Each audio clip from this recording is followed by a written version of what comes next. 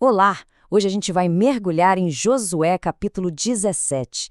A cena é a seguinte: os israelitas estão finalmente dividindo a tão sonhada terra prometida. Parece o final feliz da história, certo?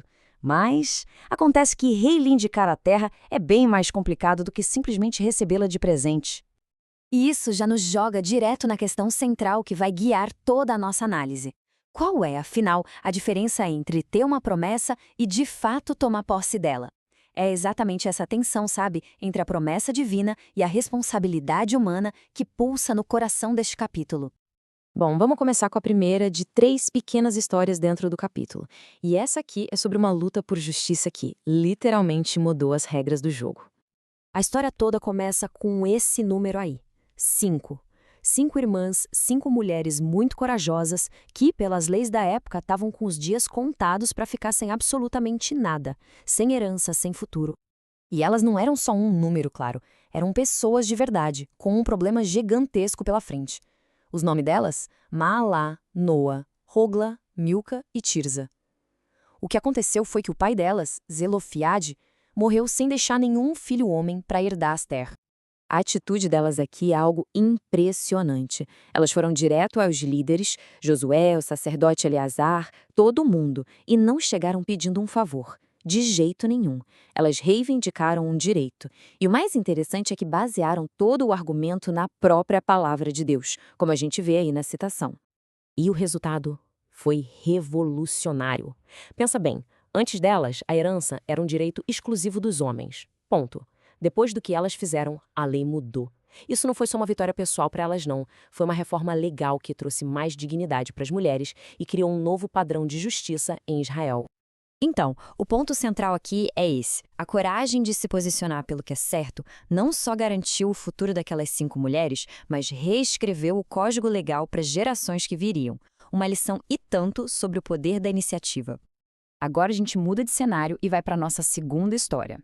E essa aqui é quase um alerta, um aviso bem forte. É sobre o perigo de pegar o caminho mais fácil e o preço que se paga por isso. A tribo de Manassés tinha um problemão nas mãos. Dentro do território que eles receberam viviam cananeus muito poderosos, bem instalados em cidades que eram verdadeiras fortalezas. E aí veio a grande questão que eles tiveram que encarar. O que fazer quando a guerra para conquistar é bem mais difícil do que simplesmente coexistir? E o processo todo mostra o passo a passo de uma péssima decisão.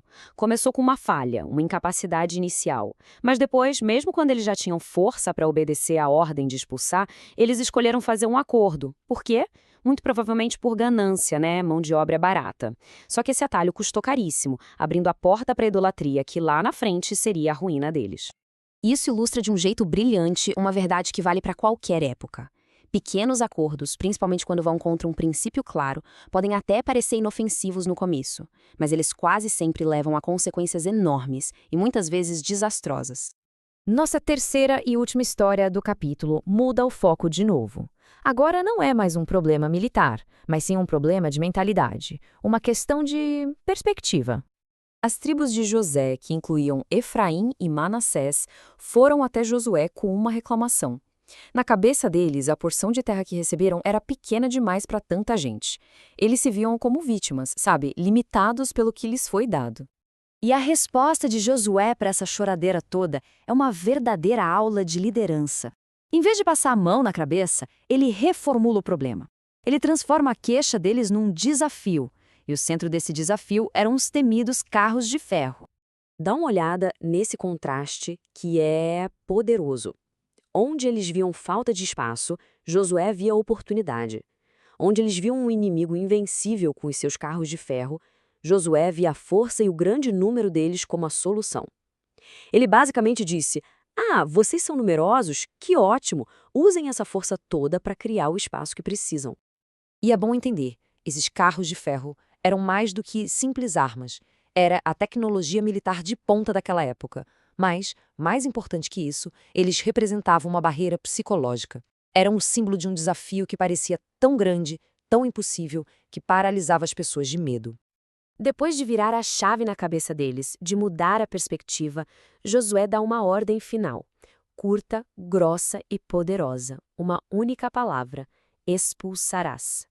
Não era uma sugestão, não era um tomara que dê certo, era um comando. Era uma declaração de fé de que, apesar dos carros de ferro, a vitória era não só possível, como era exigida. Então, resumindo a ópera, este capítulo nos deixa com 3 lições fundamentais. Com as filhas de Zelofeade, a gente aprende sobre a busca por justiça. Com a tribo de Manassés, sobre o perigo de fazer acordos. E com a reclamação a Josué, sobre o poder incrível que a perspectiva tem. Isso tudo nos deixa com uma pergunta para pensar. A história fala de uma terra prometida, de obstáculos físicos. Mas a questão é universal. Quais são os carros de ferro que costumam aparecer por aí? Aqueles desafios intimidadores, aqueles medos que paralisam e que insistem em se colocar bem no meio do caminho das grandes promessas. Fica aí a reflexão.